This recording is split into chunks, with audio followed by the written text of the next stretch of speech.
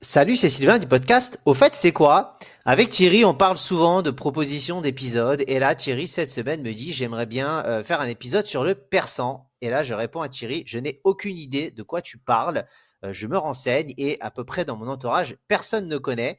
Donc, vous connaissez notre podcast. On aime bien faire découvrir aux gens des thèmes, des sujets, des fêtes un peu peut-être méconnus, en tout cas, pour une partie de la population. Donc je me suis dit, ça peut être une bonne idée d'épisode avec Thierry. Mais au fait, Thierry, c'est quoi le persan?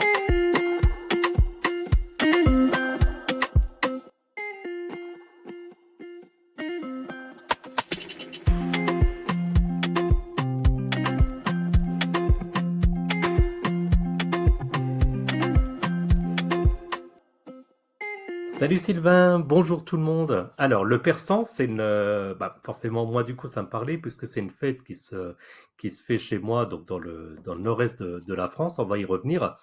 Alors déjà le persan, pour ceux qui connaissent un petit peu, ça s'écrit de deux manières. Soit on dit le père sang, donc le père papa P-E accent R-E, sang comme le chiffre, ou Mhm. bien on parle du persan en un mot P-E-R-C-E-N-T. D'accord, euh, Hormis le côté grammatical. Donc en fait, c'est une tradition lycéenne qui se font donc dans certaines régions de France et au Luxembourg et qui se d'accord. déroule un petit peu comme son nom l'indique, 100 jours avant le début du baccalauréat qui commence traditionnellement par l'épreuve de philosophie. D'accord, ouais, donc c'est vraiment spécifique à l'école et au bac. Ok. Ah, c'est uniquement ça, c'est uniquement les jeunes. Et en fait, le principe, c'est très simple. C'est un collège d'élèves donc, qui sont en classe de terminale, forcément, Ouais. et qui sont du coup généralement déguisés, et ils font un cortège dans les rues à proximité de leur lycée, et le tout en musique, donc pour faire un petit peu la fête avant cette épreuve. D'accord, au lieu de réviser. Super. Bravo. Il y a Eh peut-être ouais, mais bon, à la limite un persan après avoir eu le bac, mais pourquoi pas? Vous êtes joueur dans le Nord-Est et au Luxembourg. Vous aimez faire, en fait, vous aimez faire la fête et vous déguiser à la moindre occasion. Là, vous vous êtes dit, on est à 100 jours du bac, on va faire une fête, quoi. Et donc, est-ce que bientôt ce sera un per 50, 50 jours avant le bac? Je vous vois venir un peu dans votre région quand même, hein. C'est parce que je présume qu'il y a quand même un gros côté festif et ça peut être sympa. Alors je me suis posé les questions parce que je t'avoue que j'ai pas lu et j'avoue aux gens j'ai pas lu le conducteur, je voulais découvrir en même temps. Mais par contre je me pose la question de ça sort d'où? C'est quoi les origines du persan? Qui s'est dit tiens on va faire une fête 100 jours avant le début du bac de philo? alors comme souvent quand on fait ces genres de recherches, souvent il y a un côté historique ou militaire. Là finalement c'est un mix des deux, Ok, puisqu'en fait le persan il trouve ses origines dans les traditions militaires françaises. En fait, à l'origine, à la fin du service militaire, il y avait les soldats qui fêtaient leurs 100 jours avant l'acquis. Donc, ok. l'acquis, pour ceux éventuellement qui ne connaîtraient pas, c'est la fin du service militaire. Ah oui, ouais, à l'époque où ça durait 10 mois à peu près hein, et pas un jour comme maintenant hein, concrètement. Exactement. Et donc, ils faisaient du coup une fête pour ça. Certains envoyaient même à cette occasion un faire-part humoristique à leur famille, à un ami ou encore à un voisin pour recevoir un peu d'argent. Donc, comme dit, donc c'était une origine militaire, et puis au fur et à mesure, elle s'est répandue dans les lycées, où les élèves, comme dit précédemment, donc célébraient la fin imminente de leurs études secondaires. D'accord. Ok. Ouais, donc pourquoi pas. C'est pas mal. Effectivement. Le rapport, alors tu connais, hein, pour moi, le rapport historique, je trouve ça sympa. Et c'est vrai qu'à l'époque, nous, on n'a pas, moi, j'ai pas fait le service militaire, hein, donc c'est vrai que pour le coup, j'allais pas faire une fête 100 jours avant d'avoir ma journée d'appel à la défense. Mais dans l'absolu, c'est pas mal, d'accord. Et alors, comment ça se déroule au final? Décris-nous un peu plus cette fête. Voilà, alors avant de parler du déroulement, juste un dernier truc, c'est que la première mention, n'importe quoi, la première mention connue du persan, elle date, d'après mes quelques recherches, de 1954, donc c'est pas tout jeune quand même. Ouais. Et petite anecdote que j'ai trouvée marrante, c'était au lycée Saint-Louis à Paris. Donc c'est marrant, toi qui es en région parisienne, ça ne parle pas du tout, alors qu'il semblerait que c'est commencé dans la région parisienne. Comme quoi, il C'est y a des vrai. traditions qui se perdent. Ouais, alors c'est marrant parce qu'au final, quand on fait les recherches, d'après ce que tu me dis, c'est que c'est quand même assez connoté région de l'Est principalement et puis du Oui. Luxembourg. Donc, comme quoi, parfois, il y a des fêtes et des traditions qui vont se propager à un endroit, rester. assez connu, on va dire, et répandu dans cet endroit. Et puis l'endroit d'origine, lui, ça disparaît totalement. Alors, je vous dis ça, je connais pas tous les Parisiens et peut-être qu'au final, 90% connaissent et je fais peut-être partie des 10% qui n'en a jamais entendu parler. Mais moi, c'est vrai que je découvre. Et donc, voilà, et donc effectivement, bah, par rapport au déroulement, bah, c'est relativement simple, hein. C'est en fait, donc, bah, comme ça se faisait dans le cadre militaire, c'est les étudiants donc, qui sont dans la rue et bah, qui marchent tous ensemble dans la rue. Alors, on pourrait presque assimiler ça à une manifestation, mais là, c'est pas le cas, hein. Il n'y a pas des pancartes, c'est pas avec des messages politiques ou quoi que ce soit. C'est juste pour le plaisir d'être ensemble et de faire la fête. Donc c'est en musique et surtout en général, les étudiants sont déguisés. Quand j'ai fait les recherches sur Internet, vous tapez persan, vous trouvez des reportages. Euh, et puis les déguisements, bah, il peut y avoir tout et n'importe quoi, c'est-à-dire aussi bien des gens qui vont louer par exemple des déguisements spécifiques. Donc ça peut être maintenant la Reine des Neiges, ça peut être déguisé, j'en sais rien, en Mario, enfin tout et n'importe quoi. Et puis il y a des déguisements beaucoup plus basiques.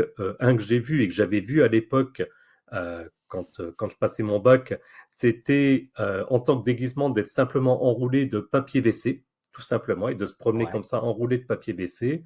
Je me souviens d'une personne qui était déguisée comme l'homme invisible, donc tu sais, avec les bandes blanches qu'on connaît quand ouais, par exemple tu as une foulure ou bien comme ça, donc pour faire l'homme invisible. Je me souviens de deux jeunes qui avaient simplement pris un carton et puis ils avaient fait un dessin comme les barres chocolatées Twix et en ok. mettant bah, simplement le fait que ce soit les deux bâtons du Twix dans leur emballage. Donc voilà, c'est simplement de faire la fête et puis de se déguiser de manière extrêmement simple. D'accord. Toi, tu l'as déjà fait? Tu l'as fait l'année de ton bac? Alors je te dirais que je me souviens plus dans le détail, je me souviens bien dans la cour du lycée, je sais plus pour être tout à fait honnête si je m'étais déguisé ou pas, mais en tout cas sûr ça existait et c'était fêté dans le lycée où j'étais, ça c'est sûr. D'accord. Ok, très bien. Et on rentrait d'ailleurs en classe également avec les déguisements. Donc moi à l'époque, on faisait ça, admettons, le matin ou bien Ouais. le temps de la pause midi. Et puis on se changeait pas. Ou bon, alors le paquet de Twix, moi, il sortait de son carton quand même. Mais celui qui était habillé, admettons, j'invente n'importe quoi en Mario, bah, restait en classe habillé en tant que Mario. Et j'imagine que les profs, bah, ça devait certainement aussi un petit peu les amuser et changer un petit peu le contexte général. Oui, bah oui, c'est clair. Bah, de toute façon, si c'est quelque chose qui est répandu, voilà. Après, ça dérange pas d'être en Mario en cours, du moment que tu suis. Et s'il y a un petit côté rigolo, je pense qu'effectivement, les profs vont pas prendre la tête pour ça. Ok. Alors là, on part de la rubrique la plus importante d'Au fait c'est quoi, hein, très clairement. Tout le reste ne compte pas par rapport à ce qui arrive. C'est les fameuses anecdotes de Thierry. Alors c'est réputé hein, mondialement, très clairement. Ah ça y est, c'est officiel, Les cool. Américains veulent nous le racheter, mais on a refusé une OPA à plusieurs zéros, hein, très clairement. Thierry, à toi, les fameuses anecdotes. Le problème, c'est qu'il y avait plusieurs zéros, mais il n'y avait aucun autre chiffre devant. Donc, on nous l'a proposé à Oui, après 0, ça, 0, 0. Mais c'est ça un c'est autre un problème. détail, ça c'est un détail. T'es trop terre à terre là. Donc allez, balance-nous des anecdotes, ce sera beaucoup plus sympa. Alors, la première anecdote que j'ai vue, c'est en Dordogne. Je connaissais pas du tout. C'est que la tradition, elle est un petit peu différente. Donc, les élèves, toujours se déguisent et font la fête. La seule différence, c'est que c'est à coup d'œufs, de farine et d'autres objets et liquides dégoûtants qui sont jetés à la figure. Donc, bon. Ah, la Dordogne rigole pas quoi. On va se déguiser, mais on va vous en mettre plein la gueule. D'accord, ok. Voilà, et ils en profitent parce que c'est aussi du coup l'occasion de faire éclater les rivalités entre les différents lycées de la ville. Alors de Ouais, ce que j'ai vu, ça a l'air comme un bon enfant, hein, ils se foutent pas sur la gueule, ouais, mais ouais. voilà, un peu comme dans le foot, j'imagine que ça va chambrer un peu entre D'accord. lycées. Ah bah c'est pour ça qu'on fait pas ça en Île-de-France, parce que t'es sûr que ça va dégénérer, hein, si tu fais des rivalités entre les différents lycées de ville ou bon, après ça c'est un autre débat, hein, on en fera peut-être un Voilà. jour un épisode, mais d'accord. Ok, très bien. Donc la Dordogne, ça rigole pas. Est-ce que tu as une autre? Moi j'ai vu que là ça parle de Strasbourg, donc j'adore cette ville. Comment ça fonctionne à Strasbourg? Moi aussi, donc du coup en Alsace, changement de région. Euh, Ils déconnent pas non plus, mais d'une autre manière, on va dire beaucoup plus festive et simple, puisqu'en fait en 2015, il y a eu 100 000 étudiants qui se sont rassemblés pour célébrer donc le persan, battant ainsi le record du monde du plus grand rassemblement de personnes déguisées en persans. D'accord. Alors, selon les notes, il y a marqué 10 000, 100 000. C'est peut-être ton côté un peu marseillais. Quel est le bon chiffre? 10 000 ou 100 000? Ouais, c'est 10 000. Bon, d'accord. Allez, je voulais mettre en valeur l'Alsace. Mais non, effectivement, c'était 10 000. J'ai un peu exagéré. Mais 10 000 étudiants, c'est déjà pas mal quand même. C'est déjà très très bien. Je vois effectivement maintenant un groupe de musique pas très connu peut-être, je ne connais pas. Il y aurait une chanson peut-être de sortie? Je connaissais pas non plus et j'avoue que j'ai pas recherché. En 2018, il y a le groupe de musique qui s'intitule Les Frères Casquettes qui ont sorti une chanson intitulée donc Le Persan, donc là en un seul mot, donc Percent, Ok, qui simplement raconte l'histoire d'un groupe d'étudiants qui célèbre cette tradition. je vais aller écouter. On va voir si ça se Moi trouve aussi, c'est facilement. clair. Et puis enfin, bah, dernière anecdote, c'est en 2022, j'ai trouvé ça marrant, c'est des lycéens qui ont arrêté des joueurs de l'ASSE, donc l'ASSE c'est le club de Saint-Étienne hein, de Les football, pour Verts, ceux qui, les Verts exactement, qui jouent dans le exactement. fameux chaudron, le stade Geoffroy Guichard, Ouais. et qui ont simplement arrêté, alors de manière très posée, hein, il y a la vidéo qu'on trouve sur Internet, qui les ont arrêtés pour gagner un petit peu d'argent, parce que c'est aussi la tradition du persan de se faire un petit peu d'argent. Ok, très bien. Bah écoute, sympa ces petites anecdotes. Ça a l'air d'être une fête assez variée hein, au final, en fonction des régions et autres. Donc je trouve ça assez cool. Est-ce que tu as d'autres anecdotes à nous annoncer, Thierry? Ah, je vais juste donner une toute dernière anecdote qui est absolument Ah, perso, parce que tu me demandais, moi, avec le bac, ouais. pour information, moi, j'ai fait décaler une épreuve de bac pour cause du Mhm. Coupe du Monde. En fait, j'ai passé mon bac en 1998. Ouais. Et le 10 juin, c'était le match d'ouverture, mais j'avais une épreuve, bon, heureusement optionnelle, dans le cadre de mon bac. Et j'ai été voir le directeur pour décaler l'épreuve du fait que j'avais une place donc au Stade de France.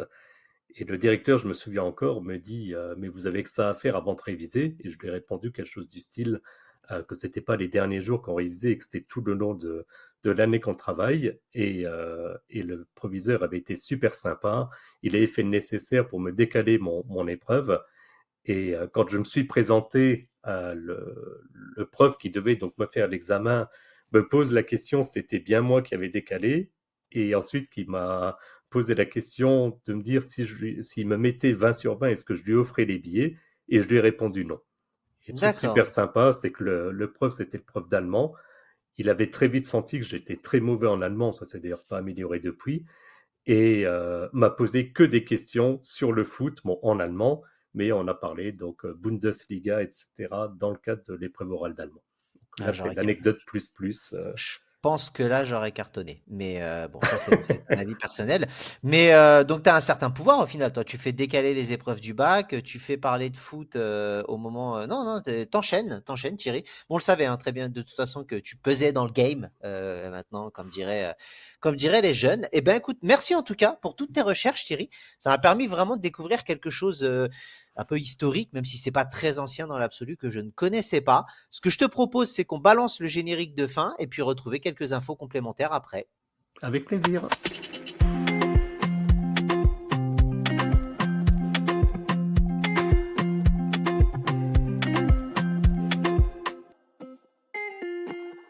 Et c'est Sylvain du podcast Au fait c'est quoi? Comme d'habitude, vous pouvez nous retrouver sur X. On balance quelques petites infos, anecdotes, quelques petits messages. Et puis bah le reste, je laisse Thierry, c'est son dada. Il aime bien en parler, nous parler de où on peut nous retrouver. Effectivement, donc vous pouvez nous retrouver sur notre site internet www.aufaitetc'estquoi.fr qui va peut-être évoluer, ça c'est une discussion qu'on a en cours avec Sylvain, mais Il donc va ça nous évoluer. Ou permettra. c'est pas peut-être, on peut annoncer en avant-première que ça va évoluer, c'est une certitude. Voilà, donc soyez pas surpris d'ici quelques jours, semaines, mais en tout cas, dans tous les cas, vous pouvez déjà et vous continuerez à retrouver les liens de notre podcast en fonction de votre application préférée, également le lien vers notre chaîne YouTube, et puis les liens, bah, comme dit par Sylvain, sur notre compte X anciennement Twitter. Et puis, dans tous les cas, vous pourrez continuer à consulter les notes de l'épisode pour obtenir les liens vers notre page Patreon si vous souhaitez nous soutenir financièrement et notre serveur Discord pour pouvoir discuter entre vous et avec nous. Merci à tous et à plus dans le bus. À bientôt, salut!